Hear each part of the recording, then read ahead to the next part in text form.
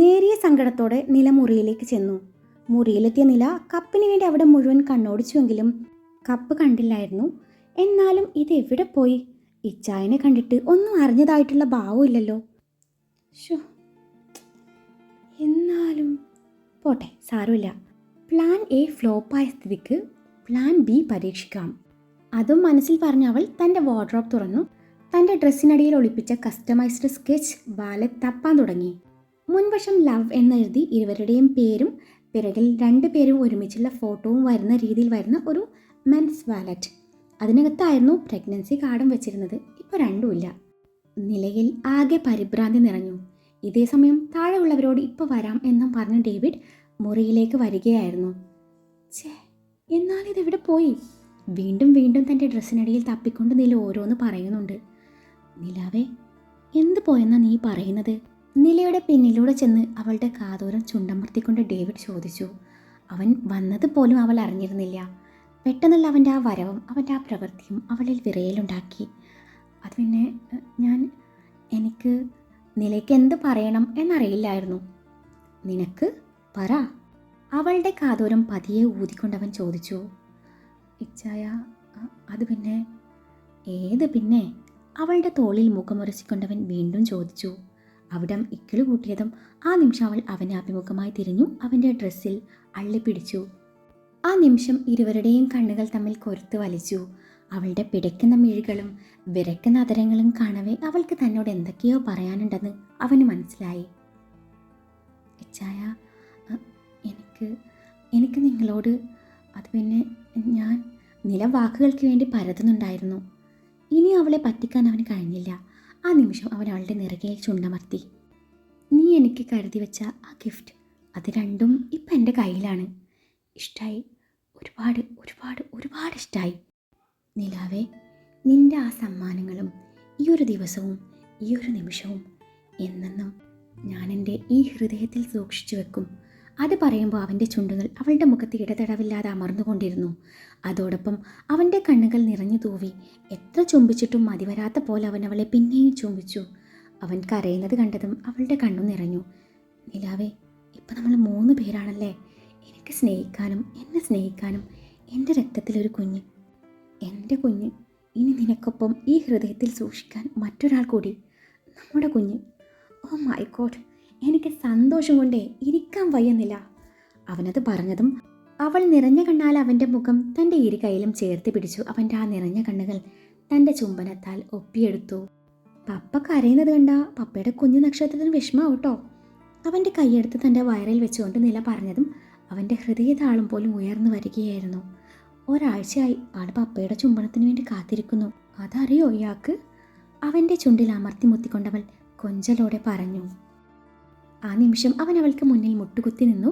അവളുടെ ചുരിദാറിൻ്റെ ടോപ്പ് അല്പം പൊക്കി വയറിൽ ചുണ്ട് പതിപ്പിച്ചതും നിലയുടെ കണ്ണുകൾ ഒരുതരം നിർവൃതിയോടെ കൂമ്പി അടഞ്ഞു പോയിരുന്നു. അവൻ്റെ ആ ചുടുനിശ്വാസവും ആ ചുണ്ടിലെ ചെറുചൂടും അവൻ്റെ കുറ്റിത്താടി പതിയുമ്പോഴുള്ള സുഖമുള്ള നോവും അവളുടെ ശരീരത്തിൽ കുളിര് പടർത്തി. അടിവയറ്റിൽ നിന്നും 1000 ചിത്രശലഭങ്ങൾ പറന്നുയരുന്ന തോന്നലിൽ അവളവൻ്റെ മുടിയിൽ കൊരുത്ത് വലിച്ചു. വാവേ, പപ്പയാടാ. വാവ ഇവിടെയുള്ള കാര്യം പപ്പ അറിഞ്ഞില്ല കേട്ടോ. വാവയുടെ മമ്മ പപ്പയോട് പറഞ്ഞില്ലെന്ന്. വാവയെ കാണാനായി പപ്പയും ഇവിടെ കാത്തിരിക്കുക. I love you so much. അതും പറഞ്ഞ് അവൻ വീണ്ടും വീണ്ടും അവളുടെ വയറിൽ ചുണ്ട് പതിപ്പിച്ചു. ശേഷം എഴുന്നേറ്റ് നിന്ന് ഏറെ പ്രണയത്തോടെ കണ്ടിട്ടും മതിവരാത്ത പോലെ അവളെ നോക്കി നിന്നു. അവൻ്റെ ആ നോട്ടത്തിൽ വിവശയായ നില തെല്ലൊരു നാണത്തോടെ അവൻ്റെ നെഞ്ചിൽ അഭയം തേടി. ഇതുപോലൊരു ഗിഫ്റ്റ് ഞാൻ പ്രതീക്ഷിച്ചില്ല നില. ഈ നിമിഷത്തിൽ ഞാൻ എന്താ പറയുക? എൻ്റെ സന്തോഷം അതെങ്ങനെ എക്സ്പ്രസ് ചെയ്യുക അതുപോലും എനിക്കറിയില്ല. നീ മുറിയിൽ നിന്നും പോയതും നിനക്കുള്ള ഗിഫ്റ്റ് നിൻ്റെ ഡ്രസ്സിനിടയിൽ വെക്കാനൊരുങ്ങുകയാണ് ഈ വാലറ്റ് ഞാൻ കാണുന്നത്. ജസ്റ്റ് ഒന്ന് നോക്കി അതവിടെ തിരികെ വെക്കാമെന്ന് കരുതിയെടുത്തതാ. പക്ഷെ അതിനകത്ത് കിടക്കുന്ന ആ പ്രഗ്നൻസി കാർഡ് കണ്ടതും ഞാനൊരു നിമിഷം തറഞ്ഞു പോയിരുന്നു. എൻ്റെ ഹൃദയം പോലും നിലച്ചു പോകുമെന്ന് തോന്നിപ്പോയ ആ നിമിഷം അതെനിക്ക് പറഞ്ഞറിയിക്കാൻ പറ്റുന്നില്ലെന്നില്ല. പെട്ടെന്ന് ഒരു ഡ്രസ്സും എടുത്തിട്ട് നിൻ്റെ അരികിലേക്ക് വരാനൊരുങ്ങവെയാണ് കോഫി കപ്പിലേക്ക് എൻ്റെ കണ്ണുകൾ നീളുന്നത്. അതെടുത്ത് നോക്കിയതും എൻ്റെ കണ്ണ് ശരിക്കും നിറഞ്ഞു പോയിരുന്നു. എന്തിനാണെന്നറിയോ? ഒരു പക്ഷേ ഈ പ്രഗ്നൻസി കാർഡ് എൻ്റെ കയ്യിൽ കിട്ടിയില്ലായിരുന്നുവെങ്കിൽ നിൻ്റെ ആദ്യ സർപ്രൈസ് ഞാൻ ശ്രദ്ധിക്കപ്പെടാതെ പോയേനെ. അത് നിനക്ക് എത്രമാത്രം സങ്കടം ഉണ്ടാക്കുമായിരുന്നു. അത് ഓർത്തിട്ടാണ് അന്നേരം എൻ്റെ കണ്ണ് നിറഞ്ഞത്. നിന്റെ കണ്ണ് നിറഞ്ഞ മുറിവേൽക്കുന്നത് എൻ്റെ ഹൃദയത്തിലാണ്. ആ കപ്പും പ്രഗ്നൻസി കാർഡും എൻ്റെ പേഴ്സണൽ റൂമിലെ ഞാൻ ഭദ്രമായി സൂക്ഷിച്ചു വെച്ചിട്ടുണ്ട്. വാലറ്റ് അത് ഞാൻ ഉപയോഗിച്ചോളാം. നന്നായിട്ടുണ്ട്, എനിക്കിഷ്ടമായി. നിൻ്റെ ഈ ഗിഫ്റ്റിന് മുന്നിലേ ഞാൻ തരാൻ ഉദ്ദേശിച്ച ഗിഫ്റ്റ് ഒന്നുമല്ലെന്ന് തോന്നിപ്പോവുക. അതും പറഞ്ഞ് അവൻ അവളെ ഇറുകെ പുണർന്നു. നില അവർ കാത്തിരുന്ന് മുഷിഞ്ഞു കാണും. ഞാൻ താഴെ ചെല്ലട്ടെ, നീ ഇതിട്ടിട്ടേ പെട്ടെന്ന് റെഡിയായി വാ. നമുക്ക് പള്ളിയിലൊന്ന് പോകണം, അത് കഴിഞ്ഞ് അമ്പലത്തിലും.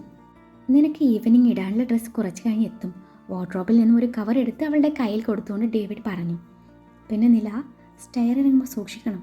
നാളെ നമ്മൾ താഴത്തെ മുറിയിലേക്ക് മാറും. പിന്നെ നിനക്കുള്ള ഗിഫ്റ്റ് അത് ഞാൻ രാത്രിയിൽ തന്നോളാം. അത്രയും പറഞ്ഞു ഡേവി മുറിവിട്ടിറങ്ങി. നില ആ കവർ തുറന്നു നോക്കി. അധികം വെയിറ്റും വർക്കും ഇല്ലാത്ത ഓഫ് വൈറ്റ് നിറത്തിലുള്ള ഒരു ക്യൂട്ട് ഫ്രോക്ക്. മുട്ടിന് കുറച്ച് താഴെ മാത്രമേ അതിൻ്റെ നീളം വരുള്ളൂ എന്നവൾക്ക് തോന്നി. അതിന് മാച്ചാവുന്ന ഹീൽഡ് ചപ്പലും ഉണ്ട്. നില പെട്ടെന്ന് ഡ്രസ്സ് മാറി താഴേക്ക് ചെന്നു. എല്ലാവരും നിലയുടെ വരവും കാത്തു നിൽക്കുകയാണ്. ഡെവി നിലയുടെ തോളിൽ പിടിച്ച് കേക്ക് കട്ട് ചെയ്യാനായി ഒരുങ്ങി. അലോഷിയും ഡാനിയും സമ്മാനിച്ച മോതിരം ഇരുവരും പരസ്പരം അണിയിച്ചു കൊടുത്തു. ആ നിമിഷം പെൺപിള്ളേർ ഇരുവരുടെ മേലേക്കും റോസ് പെറ്റൽസ് പാർട്ടി പോപ്പർ പൊട്ടിച്ചതും ഡെവി നിലയെ ചേർത്ത് പിടിച്ചു. ആ നിമിഷം ഇരുവരുടെയും ഫോട്ടോസും വീഡിയോസും അവരൊക്കെ ഫോണിൽ പകർത്തി. അത് കഴിഞ്ഞ് ഇരുവരും ഒരുമിച്ച് കേക്ക് കട്ട് ചെയ്ത് വായിൽ വെച്ച് കൊടുത്തു. ബാക്കിയുള്ളവർ ഓരോരുത്തരായി ഇരുവർക്കും കേക്ക് വായിൽ വെച്ച് കൊടുത്തു. ഫോർമാലിറ്റീസൊക്കെയും കഴിഞ്ഞതും പിന്നെ അവിടെ നടന്നത് കേക്ക് കഴിക്കാൻ വേണ്ടി 4 പെൺപിള്ളേരും കൂടിയുള്ള യുദ്ധമാണ്. അതിനിടയിൽ നില ജിമ്മിക്കുള്ള കേക്ക് മാറ്റിവെച്ചു. അതിനിടയിലാണ് ഡെവി നില പ്രഗ്നൻ്റ് ആണെന്നുള്ള കാര്യം വെളിപ്പെടുത്തുന്നത്. പെൺപിള്ളേരെല്ലാവരും കൂടി നിലയെ കെട്ടിപ്പിടിച്ച് സന്തോഷം അറിയിച്ചു. അലോഷിയും ഡാനിയും ഡെവിയെ കെട്ടിപ്പിടിച്ച് ഉമ്മ വെച്ചതും എന്തോ നാടായത് എന്നും പറഞ്ഞ് ഡെവി അവന്മാരെ കൃത്രിമ ദേഷ്യത്തോടെ നോക്കി. ജിമ്മിക്കുള്ള കേക്കുമായി അവനരികിൽ ചെന്നതാണ് നില. Jimmy, good morning. നില ഗുഡ് മോർണിംഗ് പറഞ്ഞതും ജിമ്മി തിരിച്ചും വിഷ് ചെയ്തു. ജിമ്മി, നിനക്കറിയോ, ഇന്ന് ഞാൻ ഒരുപാട് ഹാപ്പിയാ. സന്തോഷത്തിനിടയിൽ നിന്നെ മറന്നിട്ടൊന്നുമില്ല. നിന്നെ ഞാനിങ്ങനെ മറക്കൂ? ദാ കേക്ക് കഴിക്കേ. നില ജിമ്മിക്ക് കേക്ക് വായിൽ വെച്ച് കൊടുക്കുന്ന നേരത്താണ് ഡെവി അങ്ങോട്ട് വരുന്നത്. ഡെവിയെ കണ്ടതും ജിമ്മിയുടെ മുഖത്ത് പ്രത്യേകതരം സന്തോഷമായിരുന്നു. ഡേവിഡ് ജിമ്മിയോട് അവൻ്റെ സന്തോഷം പറയുന്നുണ്ട്, അവനെ തലോടുന്നുണ്ട്. അതിനിടയിൽ നില 3 പേരും ഒരുമിച്ച് വരുന്ന ഫോട്ടോയും എടുത്തു.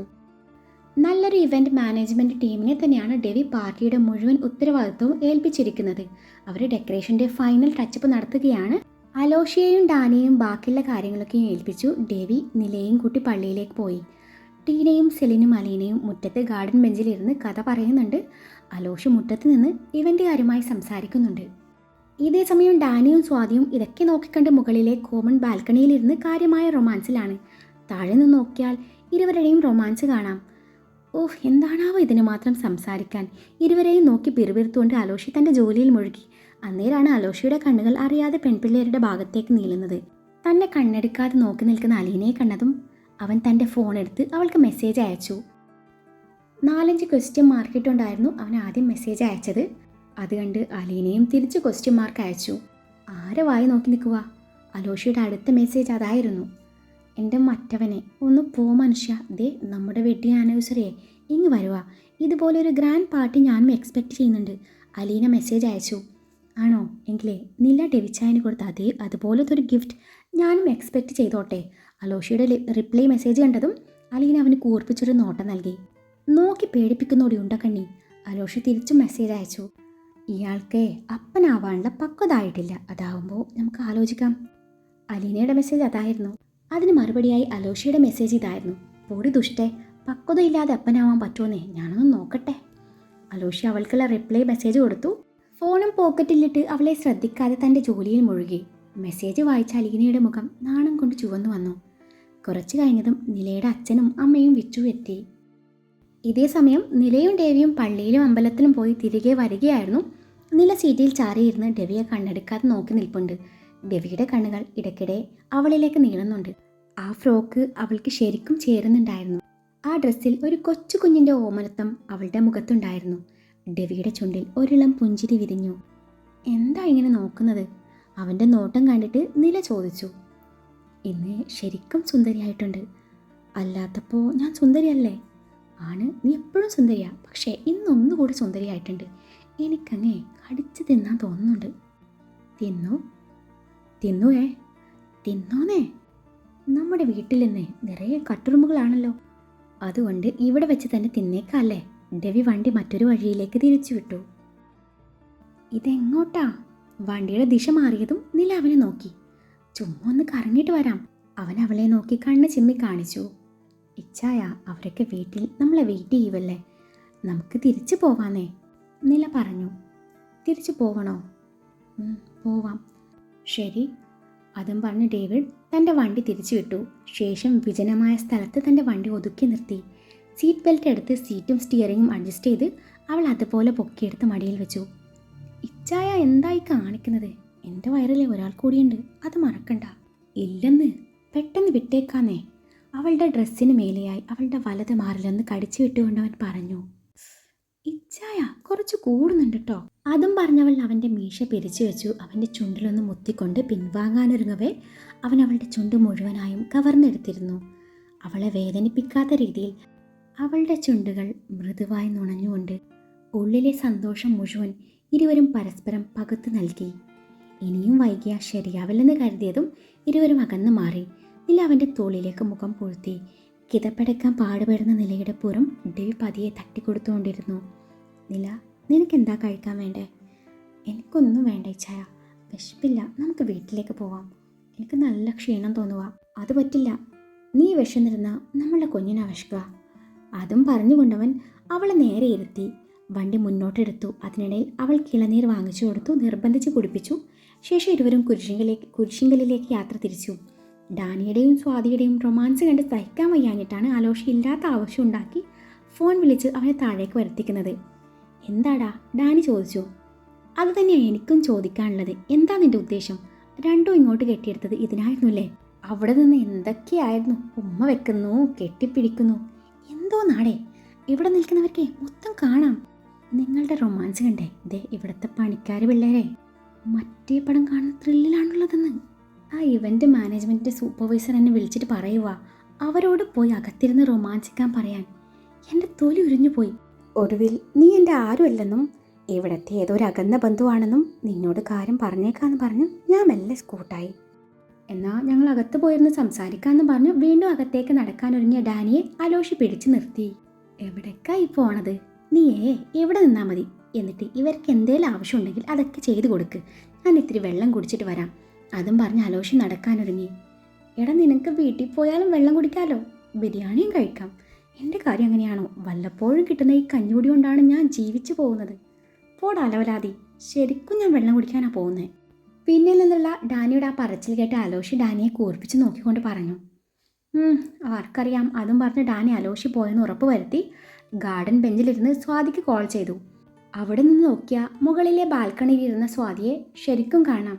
പിന്നീട് അവരുടെ റൊമാൻസ് ഫോണിലൂടെയായിരുന്നു. പഞ്ചാരയുടെ അളവ് കൂടി വന്നതും പരിസരബോധം നഷ്ടപ്പെട്ട ഡാനിയുടെ കൈകൾ നിലയുടെ റോസാ ചെടിയിലേക്ക് നീണ്ടു. പല വർണ്ണങ്ങളിൽ പൂത്തു നിൽക്കുന്ന റോസാപ്പൂക്കൾ ഓരോന്നും അവൻ നുള്ളിയെടുക്കാൻ തുടങ്ങി. ഇത് കണ്ട ജിമ്മി അവനരികിൽ വന്ന് കുരക്കുന്നുണ്ടെങ്കിലും ഡാനി പ്രണയലോകത്ത് തന്നെയാണ്. ജിമ്മി സിഗ്നൽ കൊടുത്തിട്ടും ഡാനിക്ക് കത്തിയില്ല. ജിമ്മിയുടെ കുര കേട്ടതും ഡാനി അവനെ ഓടിച്ചു വിട്ടു. ജിമ്മി എന്നിട്ടും വിടാൻ തയ്യാറില്ലായിരുന്നു. വീണ്ടും അവൻ അങ്ങോട്ട് വന്നു ഡാനിയുടെ കാലിൽ അവൻ്റെ കൈ കണ്ട് ഉരക്കാൻ തുടങ്ങിയതും ഡാനിക്ക് കത്തിയില്ല. അവൻ പിന്നെയും ജിമ്മിയെ ഓടിച്ചു വിട്ടു.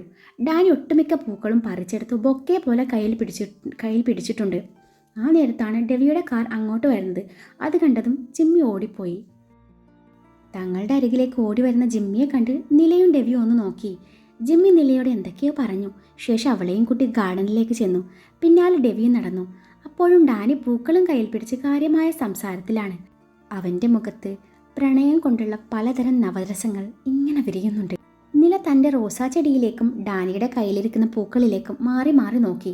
അപ്പോഴേക്കും ഡെവിയും അങ്ങോട്ട് എത്തിയിരുന്നു. ജിമ്മി വീണ്ടും കുരച്ചു. നിന്നെ ഞാനിന്ന് എന്നും പറഞ്ഞ് ഡാനി തിരിഞ്ഞു നോക്കിയതും തന്നെ ദഹിപ്പിച്ച് നോക്കുന്ന നിലയാണ് കാണുന്നത്. തൊട്ടരികിൽ ചിരി കടിച്ചു പിടിച്ച ഡെവിയുണ്ട്. കാര്യം മനസ്സിലാവാതെ ഡാനി ഡെവിയെ നോക്കി പുരികം പൊക്കി. ഡെവി കണ്ണുകൊണ്ട് അവൻ്റെ കയ്യിലെ റോസാപ്പൂക്കളെ കാണിച്ചപ്പോഴാണ് ഡാനി തൻ്റെ കയ്യിലെ ഫ്രഷ് ഫ്ലവർ ബൊക്കെ കാണുന്നത് പോലും. ഇതെങ്ങനെ എൻ്റെ കയ്യിൽ? ഡാനി നിന്ന് പരങ്ങി. പിന്നെ ഒന്നും നോക്കിയില്ല. നേരെ ഡെവിയുടെ കയ്യിൽ റോസാപ്പൂക്കൾ പിടിപ്പിച്ചുകൊണ്ട് പറഞ്ഞു, അങ്ങോട്ട് കൊടുക്ക് ഡെവിച്ചായ. എന്നിട്ട് മനസ്സ് തുറന്ന് ഹാപ്പി ആനിവേഴ്സറി വിഷ് ചെയ്തോളൂ. വീട്ടിലുണ്ടായ പൂവാകുമ്പോഴേ ഇഫക്റ്റ് ഒന്നുകൂടി കൂടും.